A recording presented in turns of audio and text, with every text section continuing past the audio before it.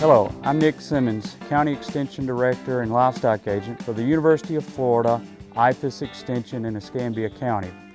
Today I want to talk about something that is really beneficial for a lot of our cattle producers and hay producers, and that's forage sampling our hay that we produce throughout the summer. This is really important because as we think about, as we go into winter feeding and having to supplement our cattle, we think that our hay can really help us cut cost if we produce high quality hay. The only way to know that is by taking samples of our forages. Now, as we think about taking our samples, as we produce hay and as hay is collected to be baled in these round bales, it's collected in a circular motion through our windrows. So we don't want to take a sample from the face side of a bale because that doesn't really give us an accurate representation of the entire field. Because as each windrow is collected, it just builds the bale as we move out. So the proper way is to take a core sample from the side of the bale inside, and we want to do this on about 12 to 15 of our bales from each cutting. That way we get a really good idea of how the quality is of that particular cutting out of that particular field. The way we take samples is with a tool called a hay probe. These come in a lot of different sizes. A lot of manufacturers make different versions of these, and you can find these online, or you may even find them at your local co-op. So the hay probe has a beveled edge which helps cut into the bale to make the sample easier. So again, when we're taking the sample, we want to take it as a cross section of the hay bale.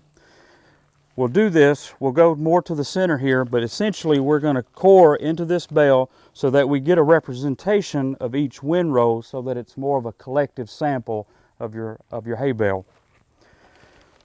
Most of the probes now can be attached to an electric drill. Some are manual, some you can just press in.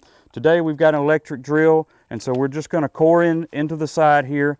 This one's wrapped with netting. We want to remove some of that netting so that we don't get it wrapped into our probe. And we want to remove just about an inch or so of the outside of the bale just so that we had a good clean sample to start with.